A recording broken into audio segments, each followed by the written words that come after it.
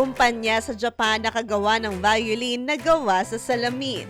Nagkamit ng Guinness World Record title ang isang kumpanya sa Japan matapos nitong gumawa ng violin na gawa sa salamin, kung saan ay maaari itong makatotohanan na patugtugin.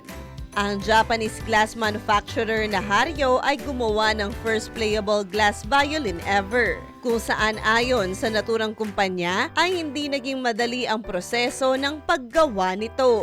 Dahil bukod sa ito ay delikado, ay komplikado ang shape ng isang violin at kinailangan nilang tiyakin na pantay ang kapal ng salamin para ito ay maaaring patugtugin. May bigat ang glass violin ng 1,300 grams at ito ay mas mabigat kumpara sa karaniwang bigat ng violin na hollow 600 grams, ngunit ito ay may pareho lamang na tunog.